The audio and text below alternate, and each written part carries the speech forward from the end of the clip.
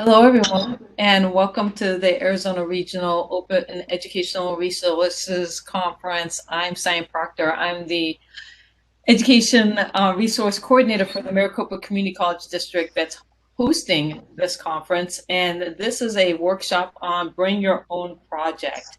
And so today we've got a collection of experts from various campuses and also universities. And so we'll just take a moment here to introduce ourselves and give a little bit of our background. And so for me, I'm a geoscience professor, and I just stepped into the Open Educational Resource Coordinator position this academic year. And so one of the projects that I'm helping to run is press books for our district. And so I'm available to hopefully answer some questions about that if you have any. Jeff, do you want to go next? Yes, thank you, Cyan. Wonderful idea to hand that off, and I'll do the same. My name's Jeff Sanger. I'm a residential faculty member at Menlo Community College, where I teach creative writing and also English composition. I have a few years of experience now integrating open educational resources into my course content. My first year composition courses are 100% free at this point, and my creative writing classes are all low cost. And I love talking about OER with other faculty who are interested in implementing it. I always learn something when I'm in groups like this, and so I'm happy to be here with you all, and I'm happy that y'all came to our session. I think we'll go with Eric next, if that's okay, Eric, because you're next to me on my screen. Sounds good. Hi, everybody. My name is Eric Prosser. I'm currently the Engineering and Entrepreneurship Librarian at ASU Library in Tempe. I came to ASU about a year and a half ago from a small college called Fort Lewis College in Durango, Colorado, where I was the campus copyright librarian and was responsible for setting up their OER program to incentivize our faculty to move to OER and create OER. So I'm here for pretty much any type of questions, but particularly if you've got anything talking about licensing, Creative Commons licenses, and your options there, I'm happy to answer those questions. And why don't I pass it on to Lisa then?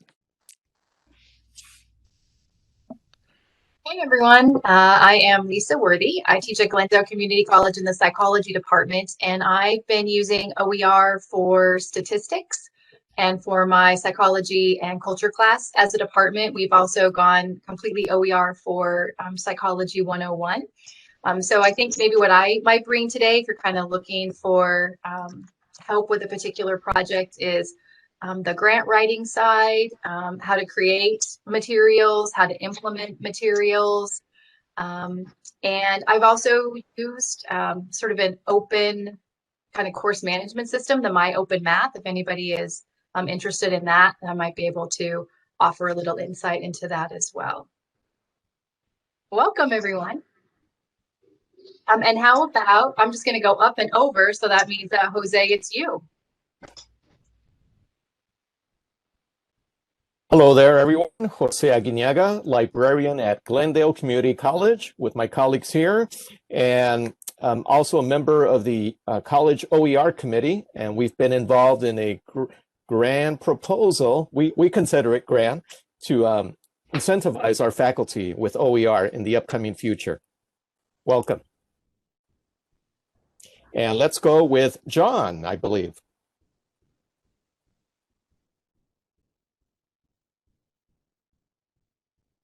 Sorry, I'm pressing all the wrong buttons here. Yeah, I'm John Doherty. I'm the department head for our Teaching, Learning, and Research Services unit at NEU Library in Flagstaff. Been involved pretty much since I returned to libraries about 4 years ago, in OER. Been working also on our campus. We are part of an Association of Public and Land-Grant Universities Affordability Initiative, part of a cluster of peer institutions that are working with high Pell students. And so I can bring kind of a lot of that work and kind of how you work in those conversations with your provost's office, your vice provost, and even to a certain extent your president, and maybe sometimes how if we step back for a moment from an OER and look at more of an affordable learning solutions. Sometimes where we have been doing a lot of work in that area too is kind of working with our faculty to make that transition maybe from a for-cost text to a less cost text to a no cost. So we've been doing a lot of work in that area too, including fundraising. We just completed a crowdfunding initiative that raised money for Health and Human Services and SBS to buy, I hate to say it to an OER group, but to buy e-books to replace students using textbooks.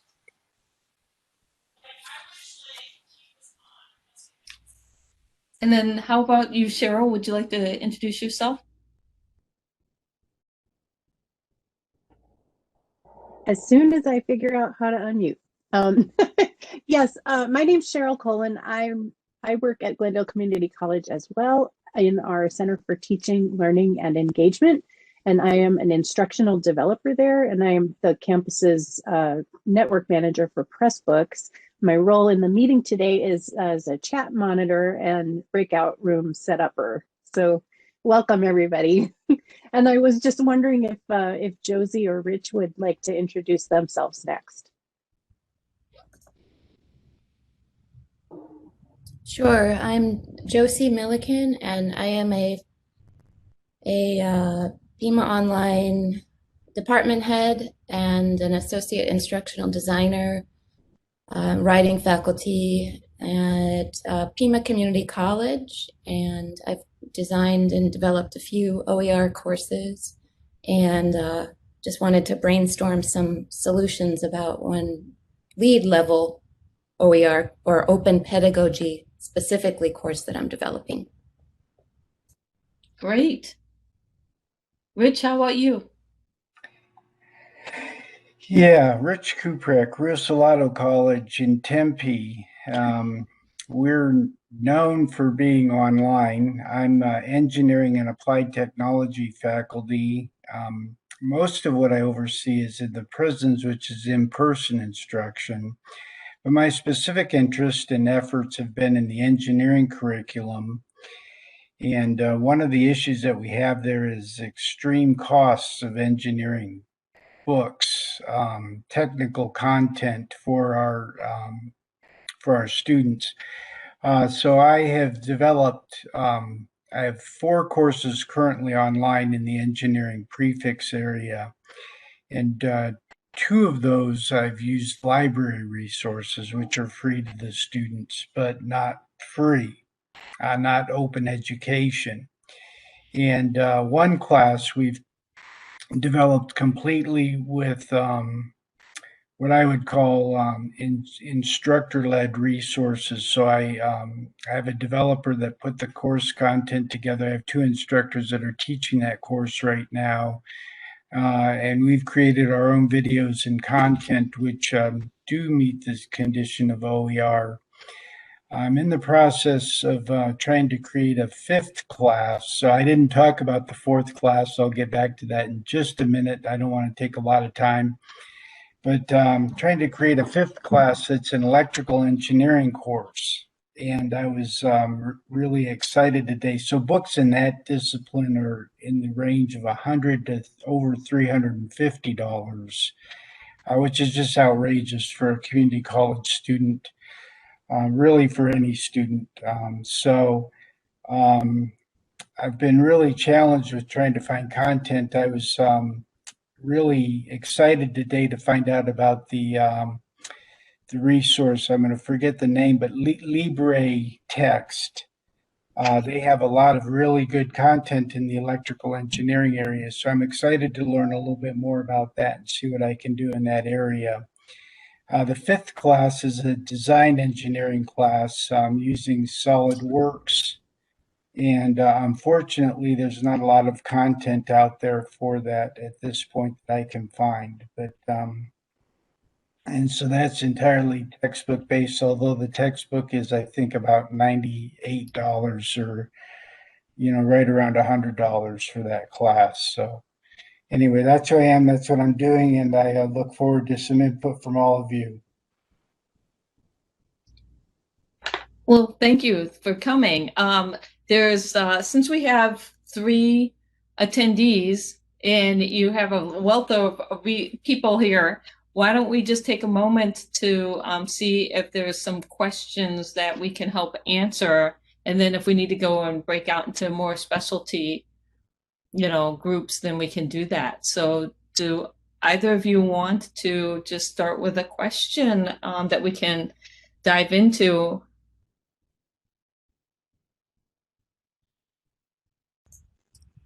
Okay. So what I'm doing is at Pima Community College, we have some professional development for fully online teaching, and we have 3 different levels. We have a teach level, a build level, and a lead level.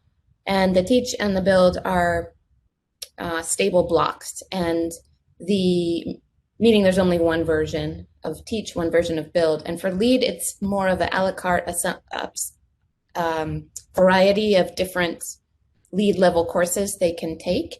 And so, like, we have one on quality matters or quality rubric, quality review, and we have some on discussions, meaningful discussions, and it kind of gets more into beyond the build level and into specialized areas.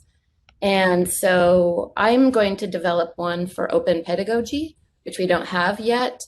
And in determining the structure for it, I am not sure. I mean, these are going to be, educators, online educators with a fair deal of experience taking this course. And so to help them understand the concept of open pedagogy and to give them opportunity to develop assignments or whatever to make it meaningful for their own courses, which is the renewable assignment part. But I'm having difficulty, or I guess I haven't completely thought out how much ownership to offer the students who are, educated, intelligent people in the direction of the course, so I with open pedagogy, I think the challenge is every assignment can also be accompanied by an assignment to create the assignment, right? So and then to discuss the platform for the assignment, and so that's what I'm kind of struggling with, is what sort of structure to give it, because it needs some structure, and then how much collaboration and ownership to give to those who take the course. So that's been on my mind. Does anybody want to chime in on that? Lisa, what is the Canvas course? Is that something I can access? We just D2L at Pima. So there's probably some. So for those of you who don't know, I'm going to forget his name right now. His last name is Bloom. Help me with his first name, everyone. Matthew. Thank you. I knew it was an M. I could visualize the M in my brain, but I couldn't get the rest of the letters.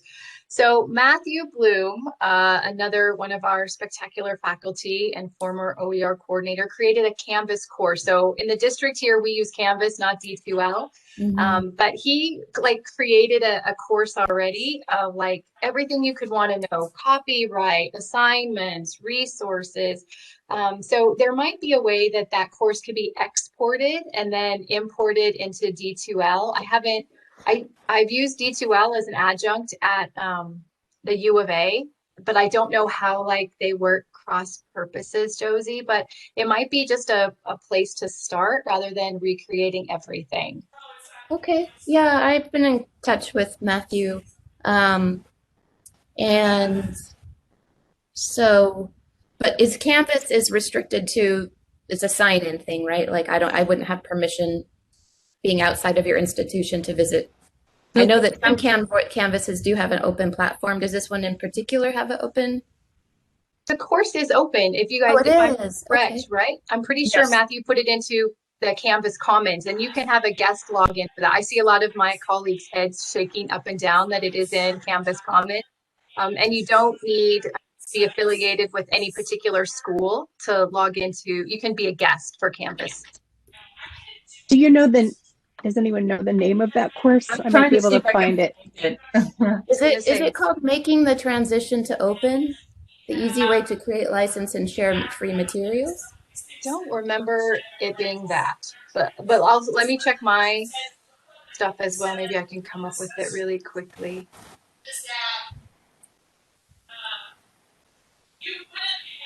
Davis, also, does anybody else, while we're looking, have any other suggestions? Josie, this is John at NAU. We did, with our faculty professional development and instructional design team about 2 years ago, an open pedagogy workshop. It kind of bombed for us because we tried to do it both face-to-face and online before. This is in the before times, before COVID, and we still hadn't quite figured out how to do kind of the in-class interactions and include those that were online at our various branch campuses. But one thing I think that at the time our head instructional designer, Flora Darby, and I sat down afterwards and talked about it and said it would have been much more effective if we had modeled open pedagogy and included that into some of the practice elements of what we're doing. And so I think if there was one lesson to share, and I might have the PowerPoints or slides and some of the things that we did, it became much more of a lecture because there was not a lot of engagement or interaction. I think probably it would work better now because we know how to do it better. Plus also everybody's currently on Zoom, and mixing the modality to me at the time really confused everybody in the room and everybody online. And yeah, that's my goal, is to have it I mean, it will be a lot more meaningful, right, if it models an open pedagogy approach. And that's the part that I'm struggling with. It's because, well, I want them to take ownership and create and collaborate on everything, including the assignments they create, but there has to be some kind of structure.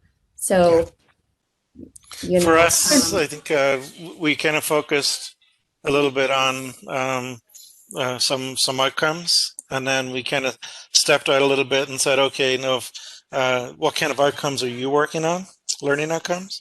And then what kind of assignments does this suggest? And then we wanted to maybe put people into like a group of 1 or 2 people that said, okay, I'm working on a similar assignment. Let's work on it together.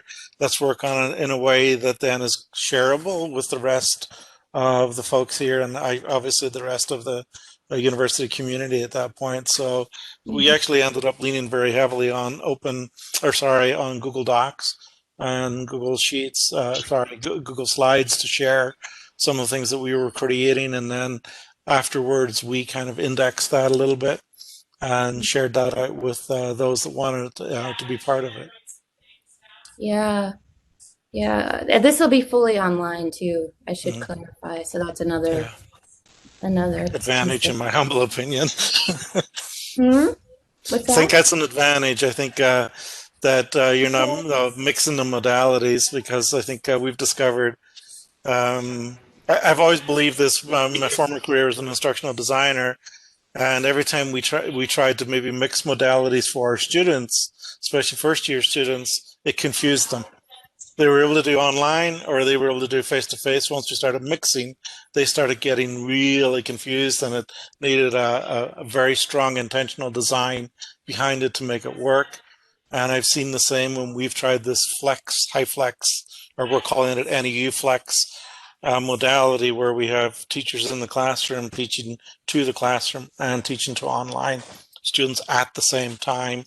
And everybody is just, we're 8 months into it and we're figuring it out finally, just as the pandemic hopefully is coming to an end. So yeah.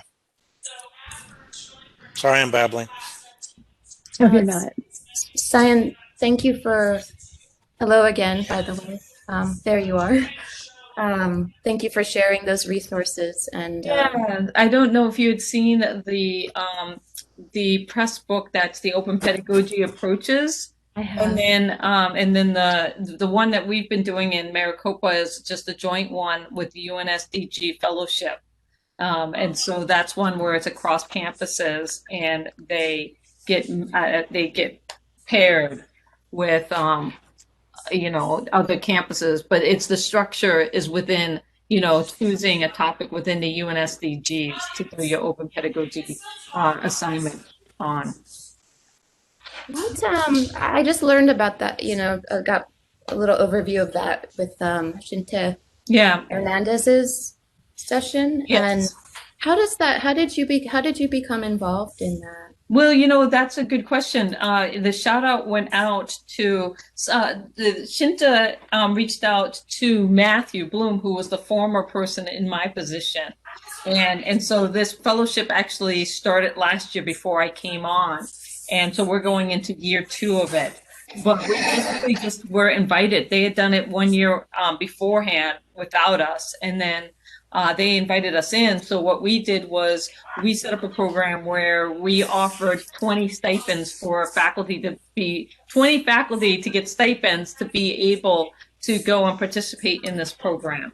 And so that was nice because they had incentive.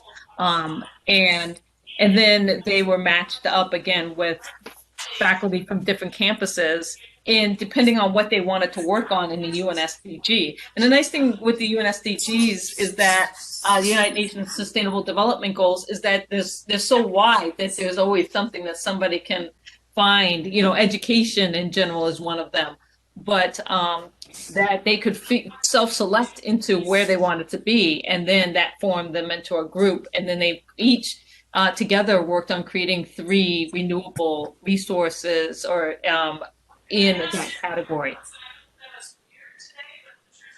And then that's what they've contributed to make the press book that I just shared with you, so that you can see, what some of that might be. It's not fully fleshed out because we're still getting material from this last year's cohort, but it gives you some ideas. Yeah, that's great.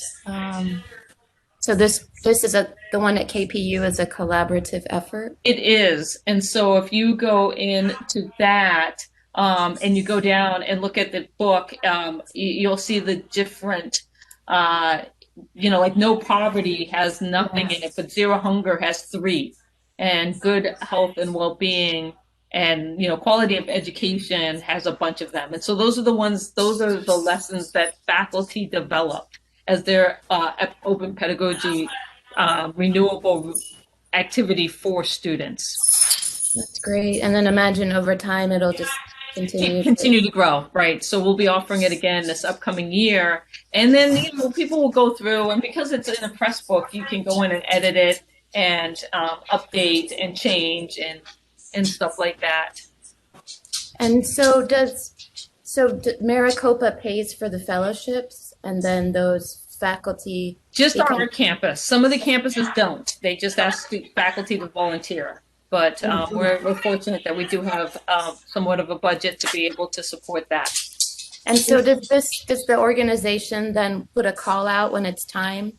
That's correct. So in March, we will do an announcement for year 2 of the fellowship, and we'll have an application process, and faculty will be able to apply, and then we will select faculty by the end of April. And then they go into this one year long program, where over the summer we have meetings and workshops to teach them about open pedagogy and what we expect from them, the UNSDG, what are the UNSDGs and stuff like that. And then by the end of, middle of the summer, they've all been kind of selected into cohorts, and then they go into developing their materials and then participating or submitting for that. They'll test what they did within their classrooms and then report back. And so one of the things that I do believe is that they have let me go back to the schedule if I have the schedule up. But there is a time when the student showcase is actually happening right now in another room that's based on what they did. Not that I want you to leave, but that is an example of open pedagogy that faculties developed. And now this is the student and faculty giving feedback on what that experience was like. Got it. And so But the organization puts out a call, and then Maricopa responds to that call by finding. No, we put out the call. So we're just working with the other universities that are partners to come up with the structure. But each campus, or I shouldn't say other colleges, we independently put out the call within our group. Because some of them, like Montgomery, I don't think that they offer stipends. So they'll put out for their faculty, but they'll take the stipend part out. But we'll put out our call. But we all put out the call at the same time. We all get our group of faculty, and then we bring them all together to join in to create the cohort. I see. So it's not, so PIMA can't join at this point. It's either you're in or you're out. Oh, that's a good question. And I'm sorry, we're going way off track. But me and Matthew, if you shoot us an email, I know that they were looking to bring in new partners this year. And I know that we added 2 more. It's not ours. We're a sub partner. But please email us and we'll see if that's possible. Okay. Thank you so much. And I'll be quiet now so that others can share, ask questions. Well, that's okay, Josie. I think there's only 2 of us. I'm not used to having so much help. Oh, yes, exactly. It's usually the opposite, isn't it? Now, I wanted to echo or touch on some of John's comments from earlier about issues of mixing formats and doing those kind of things. As I think most of the participants know, Rio Salado has been for some long time in our online format, completely online. And one of the issues that we've run into is in our lab intensive courses, which this course I'm trying to put together, I left that piece out intentionally to kind of get a feel for what the group was and who all was here. But it's an electrical engineering course with heavy focus on lab content. And 2 years ago,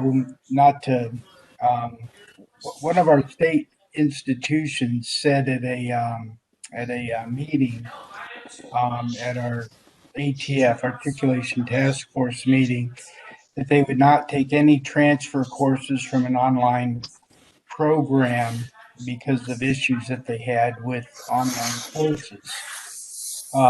The pandemic has kind of changed all of that and forced everyone into online formats. But what a lot of organizations have chosen to do is go to their live online or a mixed format hybrid style where they actually hold the labs still in person. And my own view on this is a huge inequity and disparity between student considerations.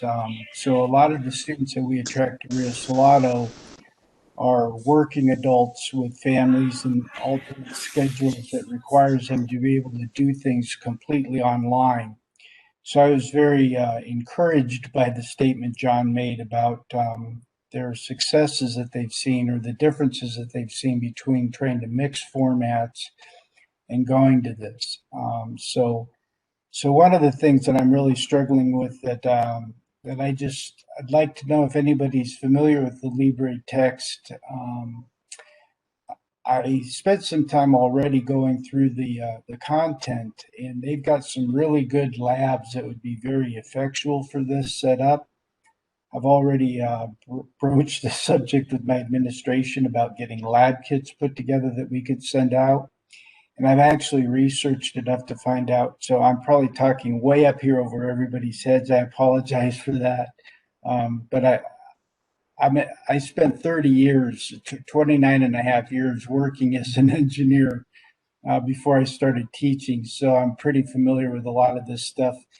And as a process engineer, I'm mechanical by training, but I got introduced to a lot of cross-functional disciplines in the engineering area. So, but I've actually researched making our own oscilloscopes that would take electronics and plug into the audio card on a standard computer that would simulate an oscilloscope.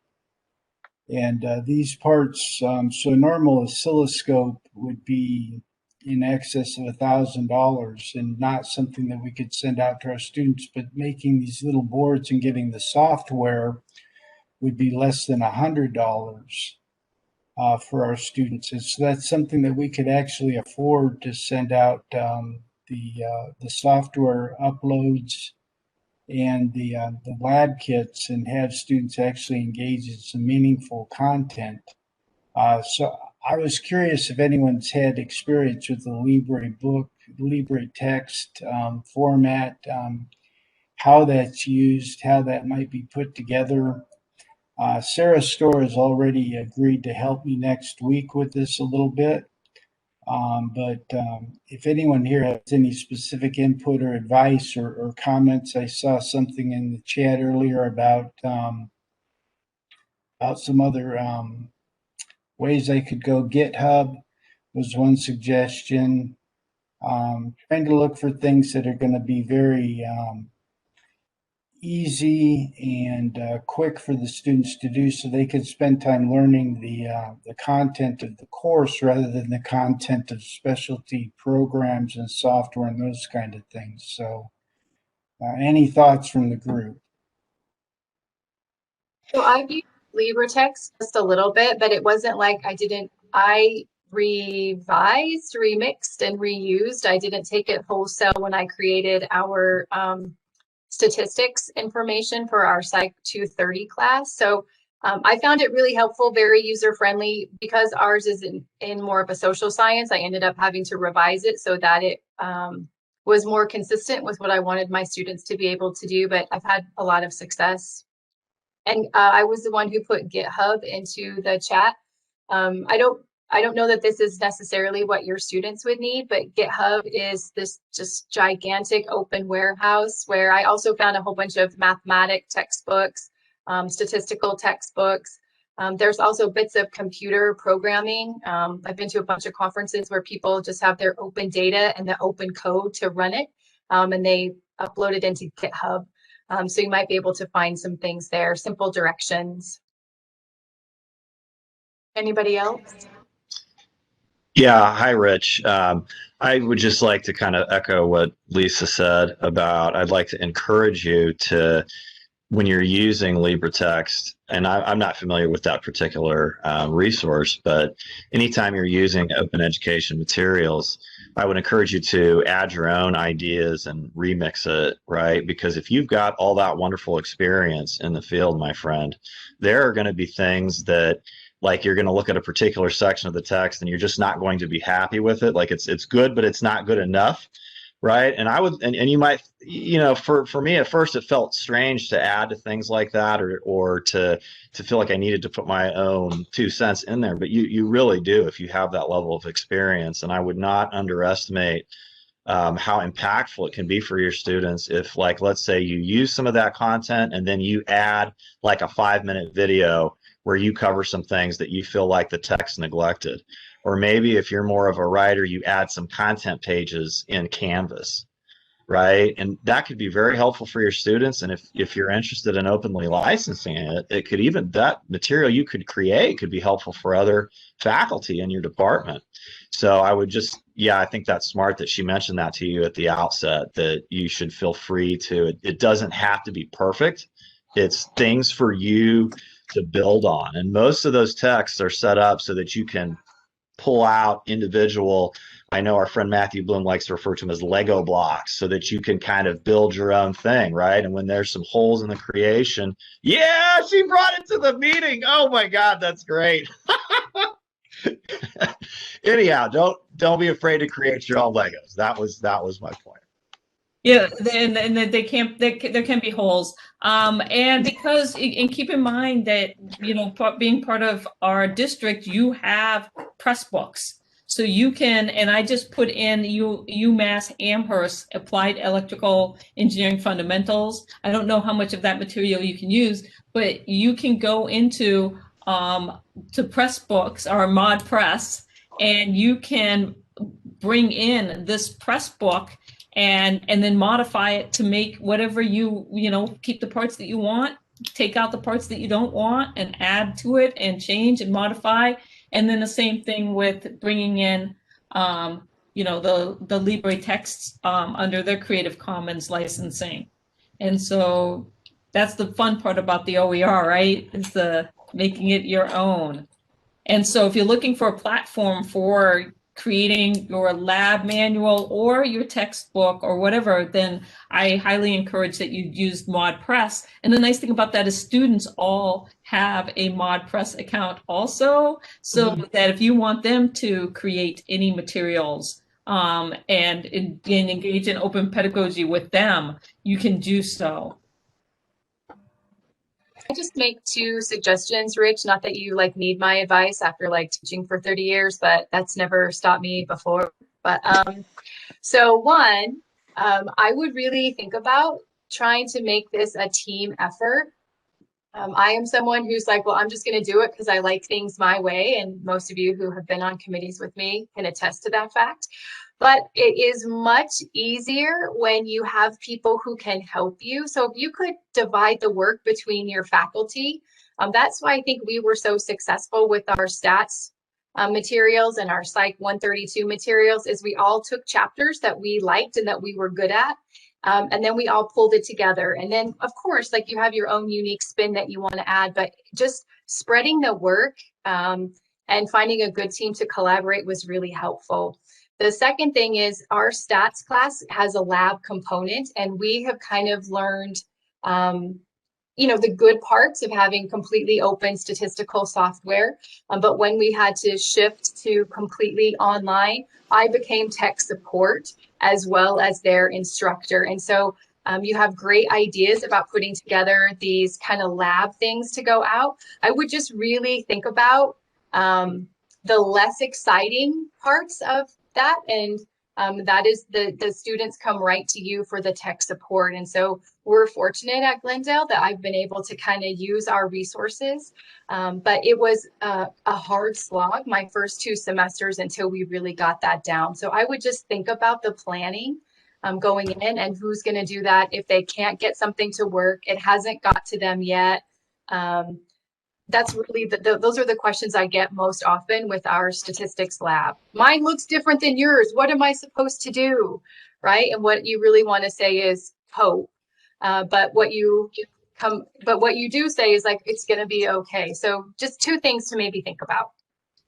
I will echo that in the sense that, the engineering IC, I know that there are a couple of engineers that I've worked with in the past who are very interested in doing things out of Glendale. Glendale always takes our people, but our former South Mountain Community College engineer, Tim Frank, I know that he's always about creating material and stuff if he can for students. And then there's Carl at South Mountain now as our engineer, and I'm trying Weitzel, and so I think he's the IC chair for engineering. And so I bet you there's some engineers who feel exactly the same way you do in the district, who would love the opportunity to collaborate on something. And Pressbooks makes it easy for you all to come together and work on something like this.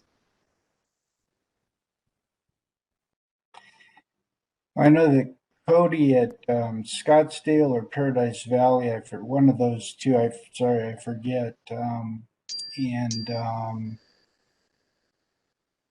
I'm forgetting his name. He retired from the physics department. He's teaching at the other one of those 2 schools, are working collaboratively on some OER content for entry-level courses, the 102 and 103.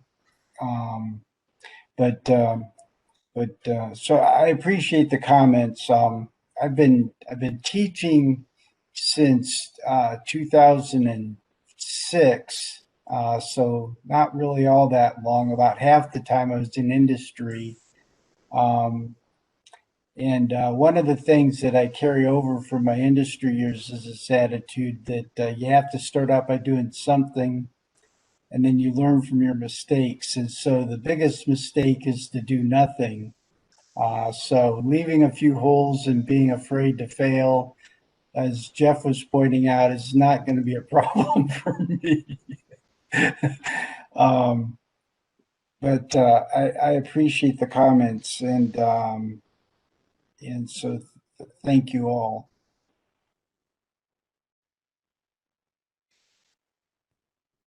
I'm just gonna, I don't know if you've seen our ModPress or open maricopa.edu, but I'm going to drop that into the chat for you so that, and then again, when you click on sign in the very first time, you will go to down to where it says use your MEID and sign in through your MEID. And then from there, it's going to make you create a test press book first, but that'll get you into the library and the system. And we have videos and stuff on that if you do decide to go that route. Just reach out and we'll be able to help you with that.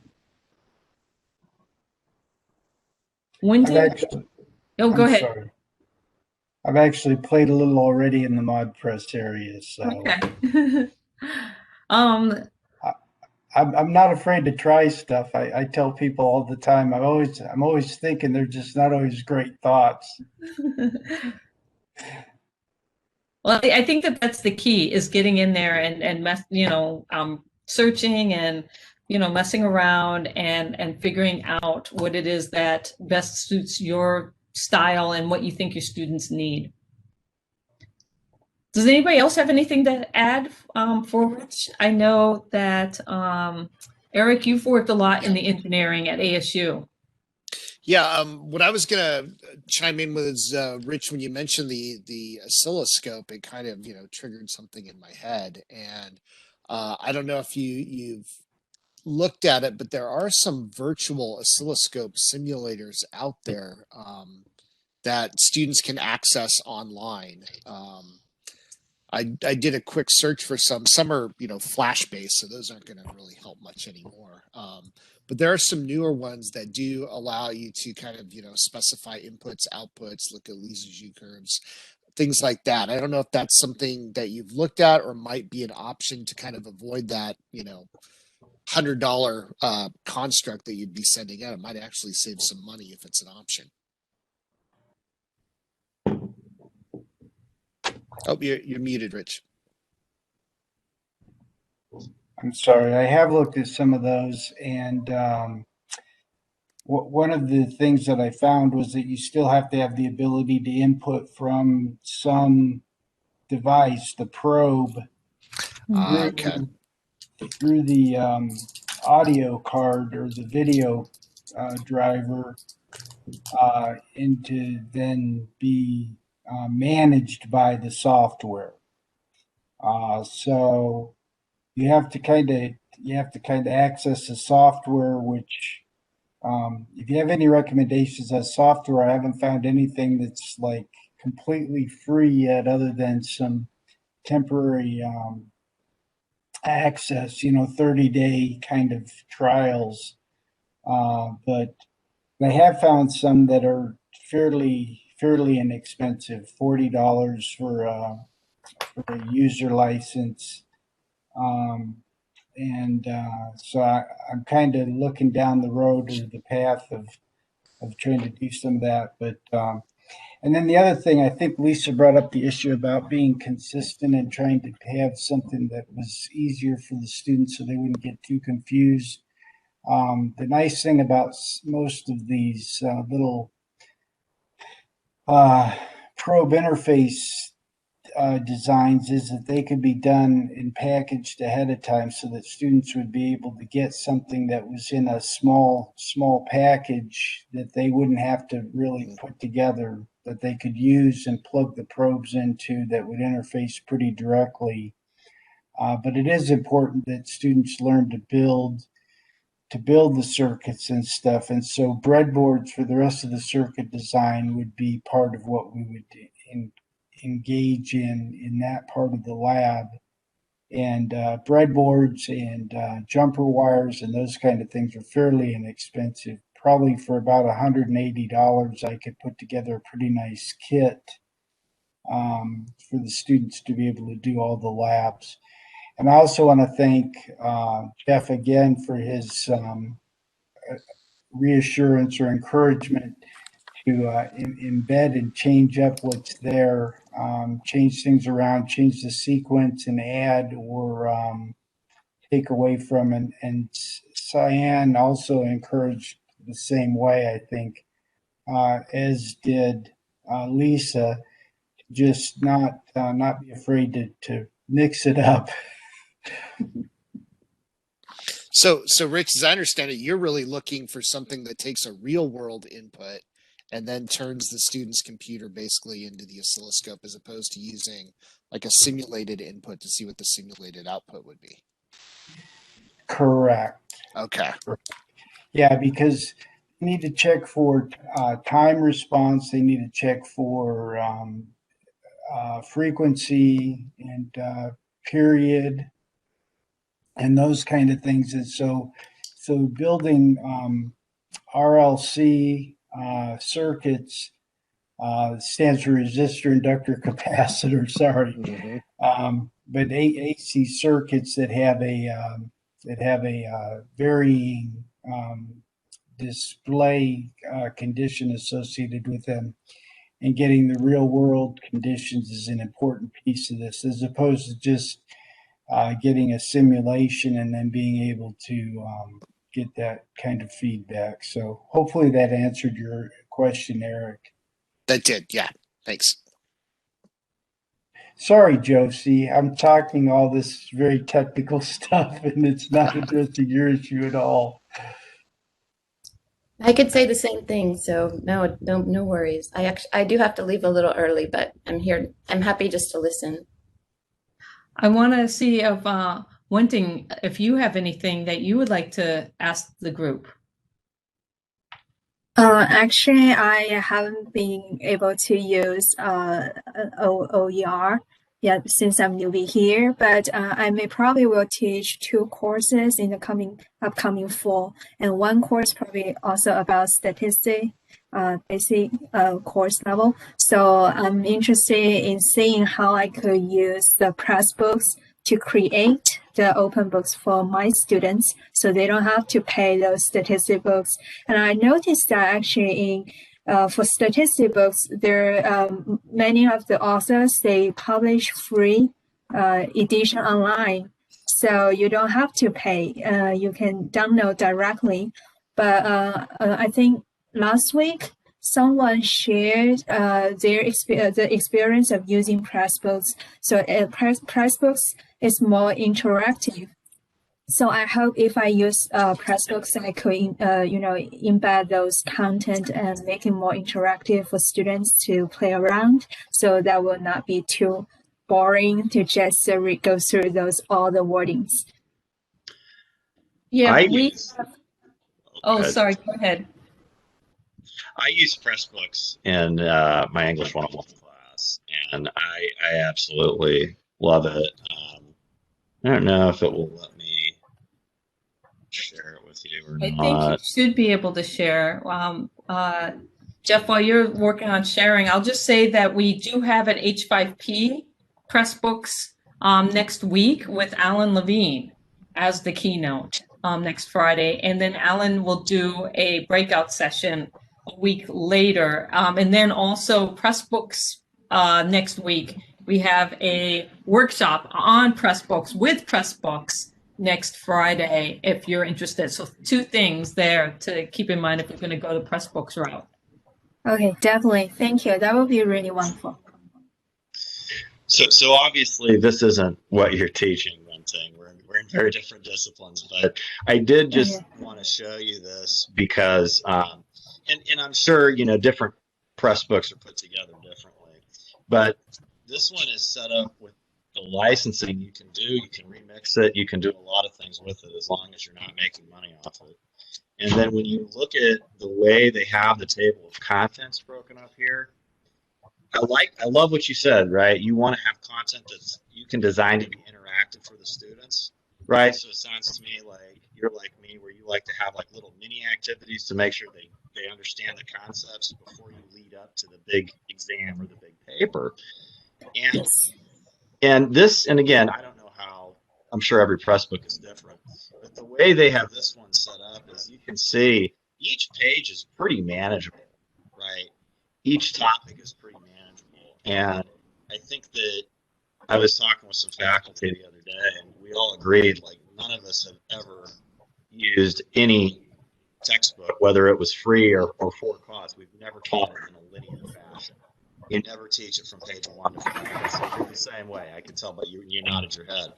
And the way this is set up, it makes it really easy to embed these pages in Canvas. If you like to use Canvas, did you use Canvas at your institution?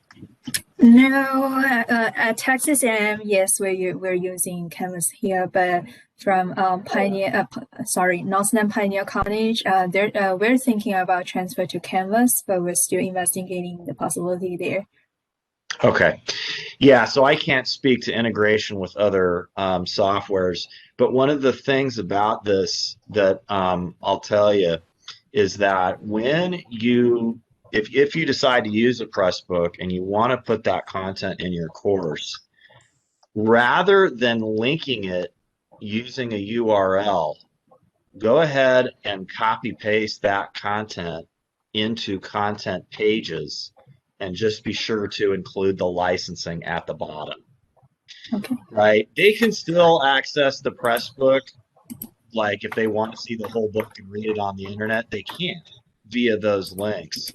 But you want to have it as a content page in Canvas. That way, if something happens to the Pressbook, you don't lose your content, right? And if it's licensed properly, like this one is, then you can, they're basically giving you license to use that content as long as you don't make money off of it, right?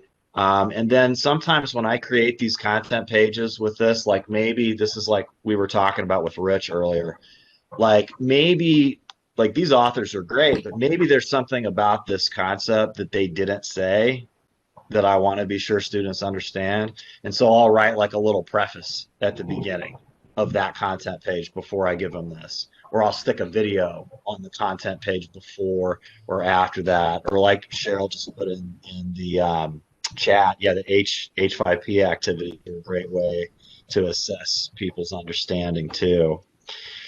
So anyhow, I'm sure other people have used Pressbooks, so I'll go ahead and stop sharing this, and that way other people can chip in here. But I just had such a great experience with that, and I'm glad that you're looking into that, and I think that you're going to have a good experience. And like we were talking about with Rich, there's going to be things that you feel like are missing, and I would just encourage you to add them.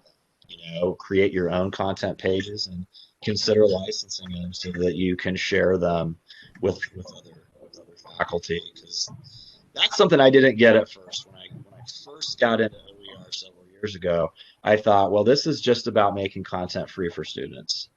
And that is a big part of it, but it's also about collaborating with other faculty and designing things in ways where we can all learn from each other and benefit from each other's knowledge about how to integrate these things.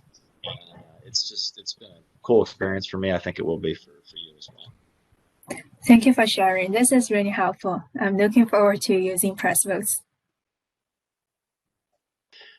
I'm also going to drop in, we developed sort of a starter resource list document. I'm going to go ahead and drop that in the chat now that everybody's here. There's going to be some redundancies with some of these other wonderful sites that people have put in here, so be sure to, what I do when I'm at these things, I copy paste the whole chat at the end of the session so that I have everybody's links. So, you can do that or not if you want, but I'll go ahead and drop that in there in a minute.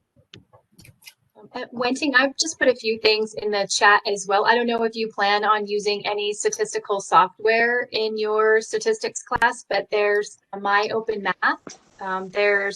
We use JASP at GCC, which it's like SPSS, but it's open. It runs off of R. So it's just the graphical user interface. Genmovi is another one. That one's good too. Then there's PSPP. So I don't know if that's your plan, or if you're just like straight use your cell phone as a calculator teacher. But anyway, there are some resources there that you'll.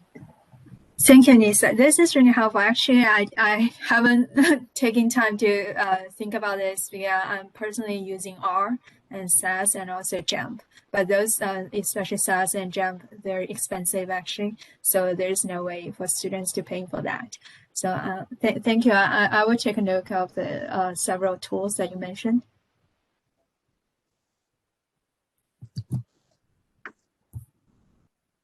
When you Okay, well, integrate, oh, maybe I'm. Go ahead. I was just going to say, let's open it up to more discussion here. Oh, I was just curious, when you integrate H5P into your Pressbooks, does the grades automatically populate into your Canvas? So it's a manual. Do they go anywhere, or is it simply interactivity? It depends on if you have the LTI, and so when you negotiate, it depends on if you're using free Pressbooks or if you're using the a hosted paid version.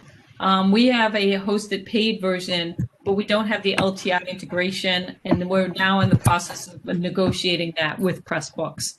But the workaround has been where you can screenshot after they go through the H5P activity, they can screenshot their results and then submit that.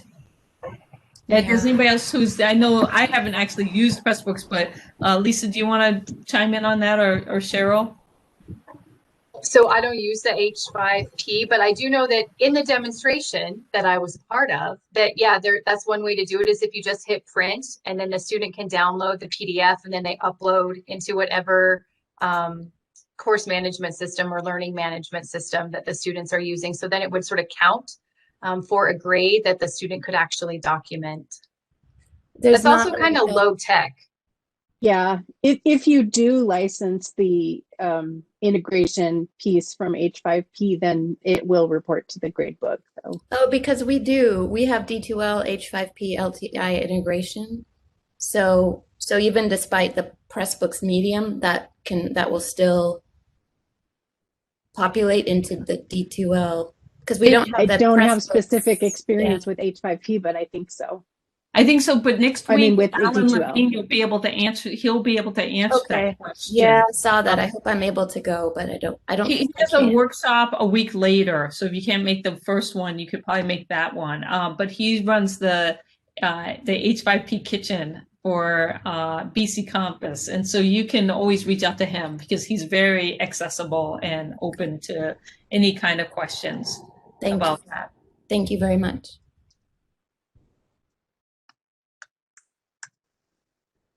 Okay, any other questions we can talk about? I see we've got a live chat going on here. So Rich, I can give you maybe a perspective since you're kind of talking about the labs. We have within our psychology department, there are people who feel very strongly that stats should never have been taught completely asynchronously, that we kind of wanted to be the campus where people had to come to campus because we felt like we did that exceptionally well. And I think that had the pandemic not happened, that's exactly what would have continued to happen. I think that it kind of forced some people who it can only be delivered in person to think about things a little bit differently. I think we sometimes gripe a lot about what the pandemic and COVID has done, but at least within our department, it's given us some freedom and some flexibility to offer more options to students. I teach live online. I teach my class live online. I teach labs live online, and I don't actually care if I ever go back in person. I really, really like it. But there are some of our stats teachers who are like, I'm not doing this. Like, I cannot wait to get back on campus. And I could say that it was because of like lively debate and we saw each other's perspectives and saw the light, but that's not what happened. It was our hands were forced. So I think we've had to see some things differently. I will say, because I'm in a science department, I'm a geoscience professor, so I've been teaching geology. I've been at South Mountain at full-time faculty for 21 years. Oh, I'm getting old. But, I came in a very traditional teacher and then transitioned to hybrid and then on to fully online. And my colleagues in my math, science, engineering department were like, that's crazy. How can you do geology labs online? But I love teaching in the online classes. And a lot of my colleagues were very resistant to that, and this has kind of pushed them into being able to do it. And I think one of the things that I learned is a lot of times they were thinking, oh, you're just taking the easy route, and I think they figured out that it's very hard and challenging to teach well online. Because one of the things that I noticed that a lot of my colleagues would like is that you go to lab and you have the students there and you can deal with them one-on-one right there, and take attendance and see what they do. Whereas if it's online, you've got to have really interesting activities and assignments and ways for them to show that their knowledge and their competencies, and all of it's got to get graded or the students won't do it. And so if it's a lot more grading and a lot more in design that I have found teaching online than I ever had face to face. Yeah, I would echo those sentiments very strongly and say that I wish some of my colleagues would believe that teaching effectively online is a very difficult thing to do. And what most have done is, as soon as they could get back to teaching in person in the labs, they've taken that road to teach in person in the labs, because making meaningful content and making it engaging so a student actually wants to do the work and wants to engage in the work and wants to do it independently and a whole bunch of other things is not an easy thing to do when you're teaching online. And one of the things I know that we've been criticized for, I'll use that word at Rio Salado, is that, you know, we're complacent about our online instruction. And one of the things that I was challenged with when I started bringing engineering courses online was that students were not going to learn and they wouldn't do well in the other classes because they had no in-person experience.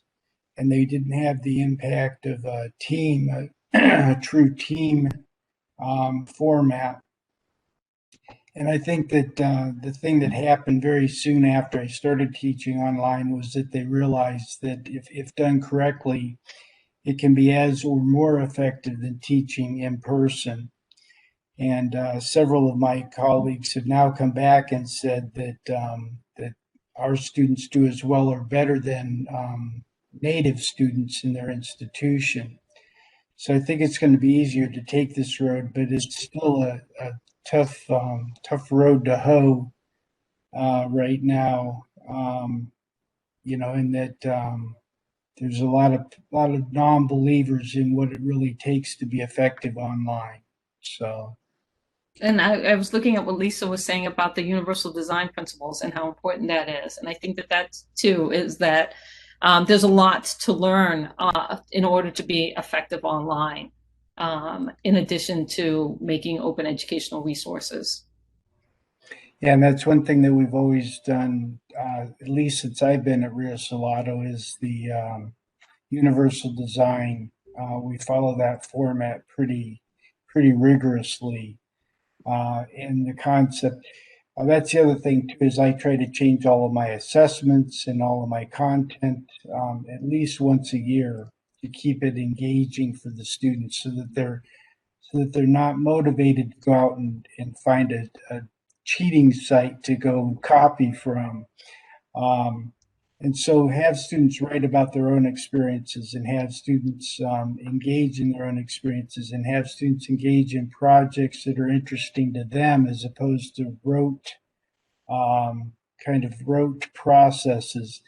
And so that's one of the things I think back to Jeff, and one of the things I've been thinking about is how can we allow students to have some different circuit designs and things that they do, and encourage them to think critically, which is not the way I would want them to think, and not a rote response, but come up with a circuit, design that circuit, communicate that circuit, and then take measurements on that circuit would be an interesting thing to do as a final project for the class.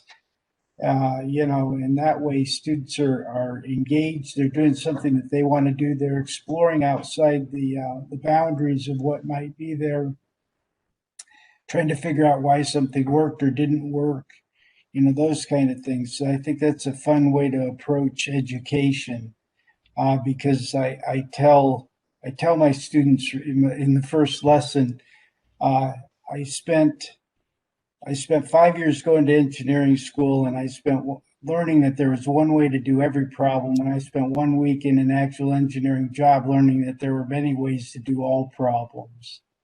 So, that's one of the things for geology is getting students to be able to express what they know, how they know it, and why they think it's correct. And one of the best ways to do that is through videos and voiced over screencasts and having them actually show what they're building or they're doing.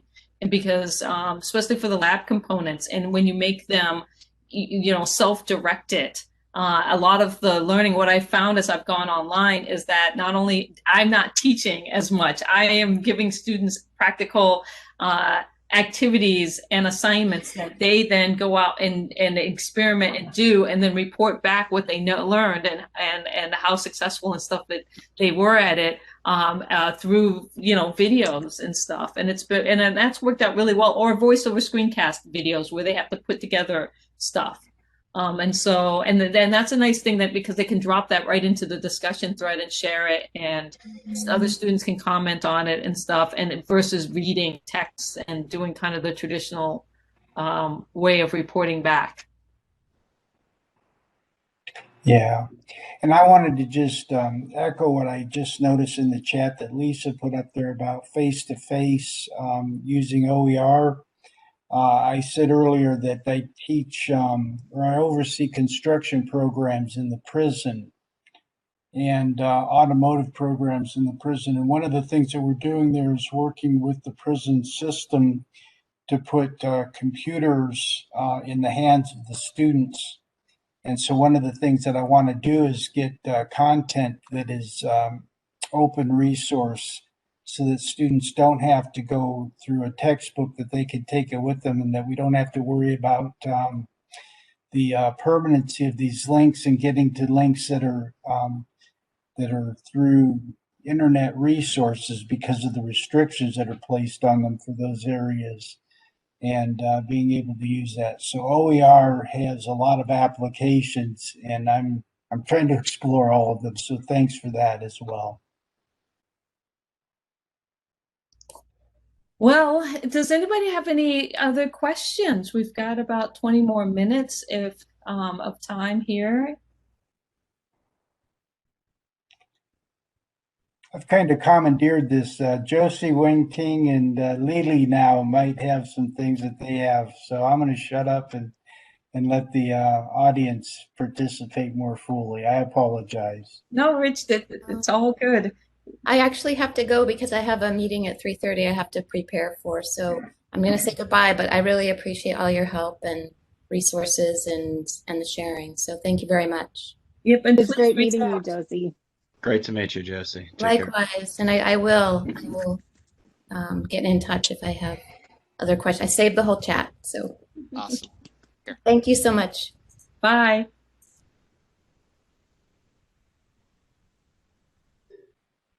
Lily, I don't think we got to meet you yet. Did you want to introduce yourself briefly, if you feel like it, and tell us about what you're working on with OER?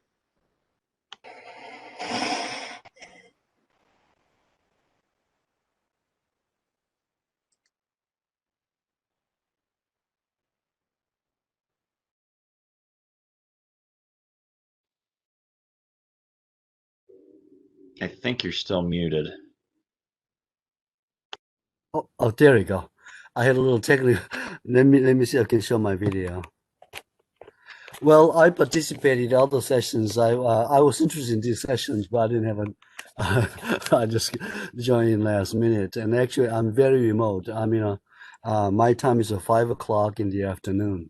I'm in Connecticut, and I have a funding to get something like this OER started for some business courses that I am responsible for. I was a chair of the department as well. it's a good time for us to start. I'm here to learn. Okay. And I have a lot to learn from you folks. Looks like many of you are an expert in this area. But on the other hand, and I have many of my own concerns and issues, both online and OER materials. Just to pick up a last conversation I'm hearing from you folks is that and you know, some of you, at least a couple of you, are sharing the idea that online education and online currently you're running is not as bad as on-site, or in some case I hear better than on-site, and that's a great experience. I'm hearing. I want to hear. I'm glad to hear from you, but my own experience, some of my colleagues' experiences, is not so positive. I mean, I want to be very candid to you.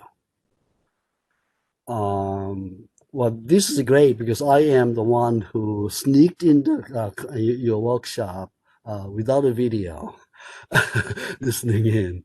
But it's a great, everybody shows your face in your living room and kitchen. It's a great, you know, you're paying attention to it. But when I tried with my students in my class, just hit by pandemic, we all put in an async. I mean, in my case, I put in asynchronous, and by idea of the interactive, you know, sessions emulating on site, I asked the students to keep the video on. It was, I mean, you are a lot better. We have a lot better students than I do probably, but it was a challenge for me to keep them video on. And certainly I respect, that's the one issues that I have. Certainly I respect all the technical issues that some students have. Some students say, I don't have a camera, I have to buy a new computer. I understand that. And we will have, the university will provide computers. Okay. Need-based after assessment. Oh, I don't want to show my living room. I don't want to show my, I respect that too. But when students turn off the video and not knowing what they're doing, it was speaking to the empty space. I don't know who I'm speaking to. That was a big challenge I had. And the subject matter that I'm teaching, and probably you folks are better in engineering and geology with some sort of very tangible, tangible materials to teach. For me, studying about the leadership and management or the behavioral science is all about abstract. We call it constructs. That does not mean we do not see it. We see every day. We see Donald Trump. We see Joe Biden every day. We can describe about what they do and how they do it, and how can we improve, and I can make recommendations on how to do it. But my students think they already know it. They already know Donald Trump is a great president. They already know, and you know, Joe Biden is socialist, or Sandy, whoever that is. So how can I engage them in a conversation with the theory and concept and measures that we have? Sociology is like, it was a big challenge when their videos turned off. Not sure whether they're listening to me or not. Very hard to get a response. Hey, John, will you speak to me? Can you answer this question? A very simple question. Did you watch the video yesterday on Donald Trump's presidential speech? It's completely empty. And that's why I'm here to listening to you, learning how you guys are doing. Online, and there's the online issues that I have to face the challenge. Another challenge in preparing this OER material.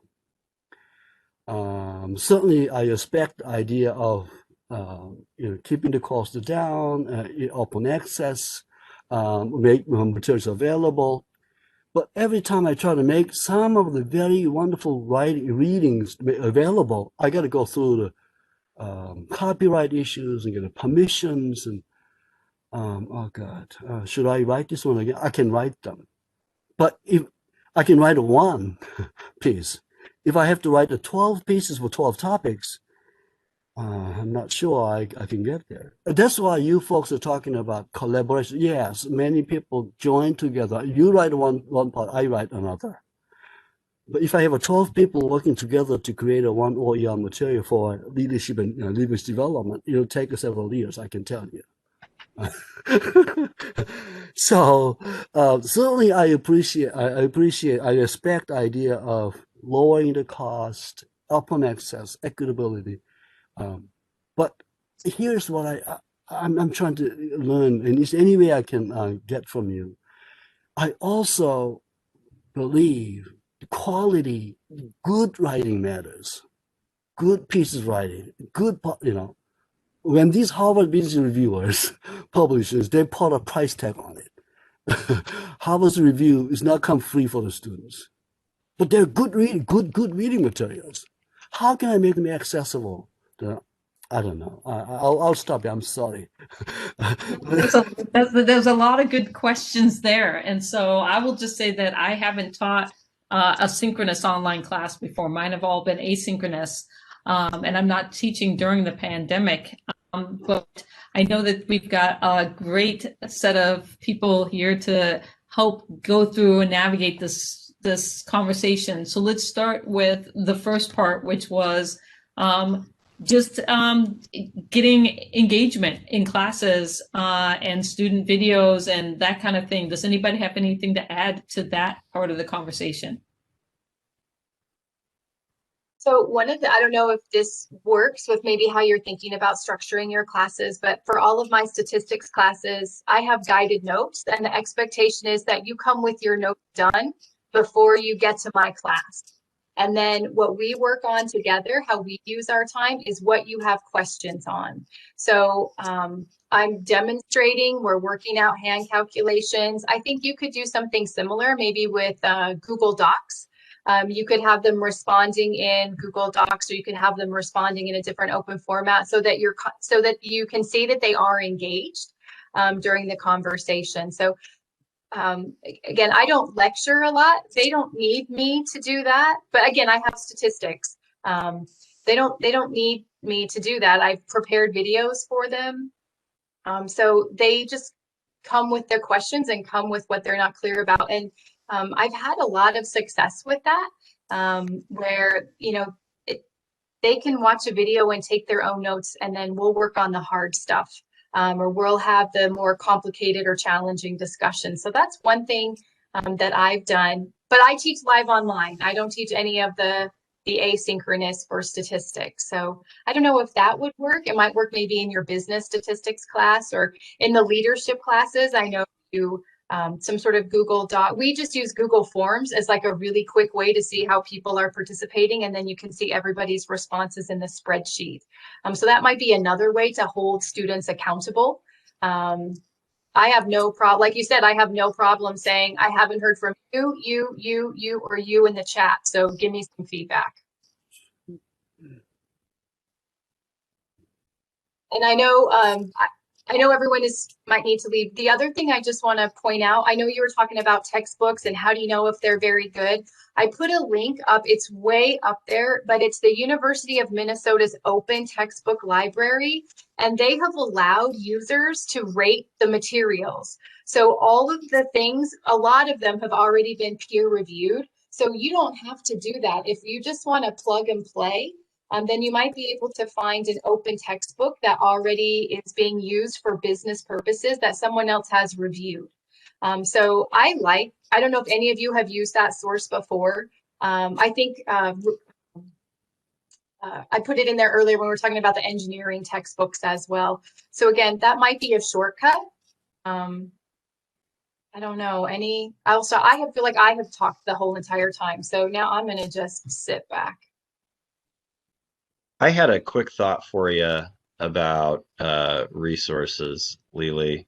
Didn't you mention Harvard Business Review earlier? Well, that was the one example, but I was looking for a lower college level book, but I found the one good open resource material available.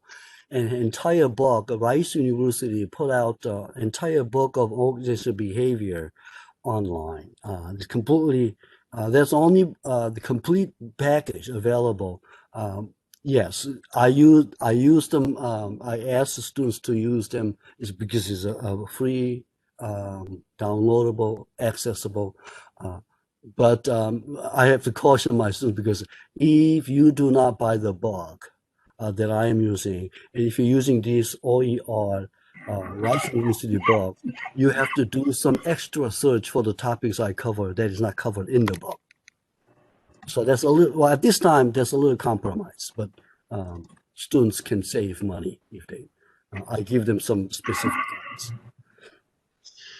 Right. Yeah, that's an interesting approach. I mean, I think that especially when you're first starting out with integrating content Yes. like that, it doesn't have to be like all or nothing. You know, you can work on maybe augmenting content and the text you're using with openly licensed content. I mean, I share your struggle because I also teach creative writing, and you can't get openly licensed short stories by people like Sherman Alexie or David Foster Wallace because they, like you said, it's great content. They want to make their money. And so the way that I kind of get around that is sometimes like your library at your institution might have a subscription to Harvard Business Review. And if they do, you can link articles for free to students in the database. So I can share some literary magazines with students that way. And sometimes for some courses, I think that sometimes it's more of a low cost approach than an entirely free approach. I mean, I think that it really depends. I'm sure other folks from other disciplines have thoughts about that as well. Yeah, I was just going to hop in real quick on the Harvard Business Review because they are, I'd say they're one of the thorns in my side as a librarian because they actually, in their licensing, do not allow you. That they're one of the few vendors that do not allow you to actually link to their articles. The licensing that they give to libraries for subscriptions is that if you have a subscription to Harvard Business Review, that it's for research purposes only, and that if there is any use in a classroom, whether it be actually discussed in the classroom or even linked through Canvas or another LMS, that the students have to buy those through either a course pack or it has to be licensed for the entire class. And they are literally, they're the only vendor I know of that has that business model. So we don't like them very much for that reason, but they are also, as Lily pointed out, they're some of the highest quality material out there, and they have that Harvard cachet that everybody likes. So yeah. I use Harvard Business Review only as an example, but that is not Exactly. the material I'm using in the class. But the standard textbook, some books we're asking our students to buy, not only have a basic materials, but there's a good material I want them to be exposed to.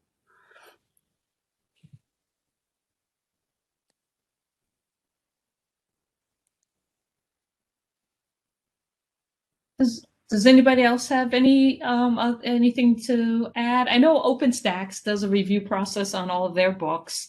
I don't know if they have a specific book that you're looking for, but that's another place. I know that they do have business as one of their categories. Have you looked there? Well, what I believe is that if I started last fall, if I spend enough years, then I build up enough database, enough resources I can find, and I go to enough conferences like this, and I have enough people to connect it to. Then I may have good resources that get rid of the books that I ask the students to buy.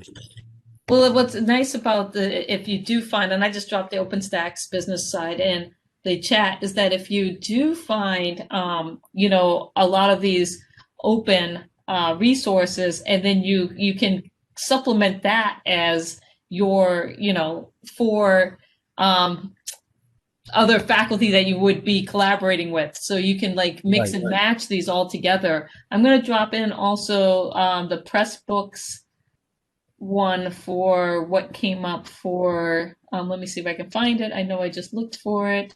I thought I looked for it, which was leadership. This is what came up. Oh, I just lost it. I don't know what's going on here.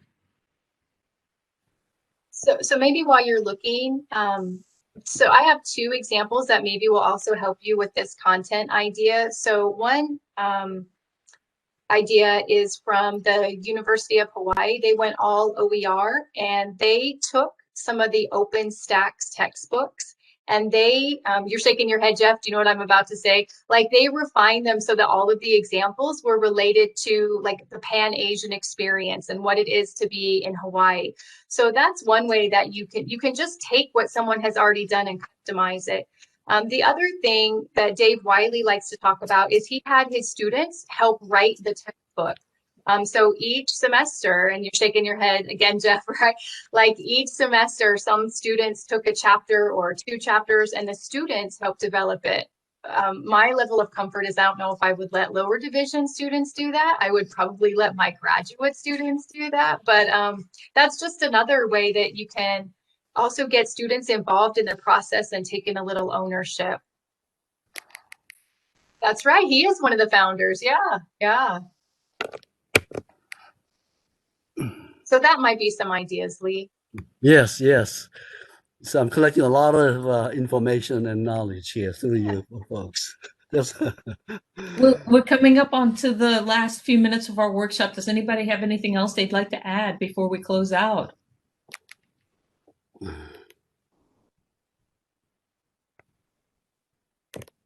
Just want to say thank you for this great talk. I think we all enjoy this talk pretty much. So I'm looking forward to attend the conference next Friday. Excellent. Thanks. Well, everybody, thank you for coming. A book, Went Wing. Maybe you'll have a book next week, Went Wing, and we can help you edit and annotate it. Well, no, I'm not that ambitious, but I hope so. But okay, I will try. Probably just probably one stop chapter. Fair enough. Well, thank you everyone for taking time out of your Friday to participate in this, especially our colleagues here who shared their expertise. And to those of you that are creating, Lee and Winting, good luck with everything. People are always willing to help you. And so if you have any questions or concerns, again, don't hesitate to reach out to the network that you're now part of. That's right. Thank you. Appreciate. Thank you. And everybody have a nice long weekend if you have Monday off. Well, that's right. Thanks, everyone. See you later. Great stuff. Bye. See you later. Bye.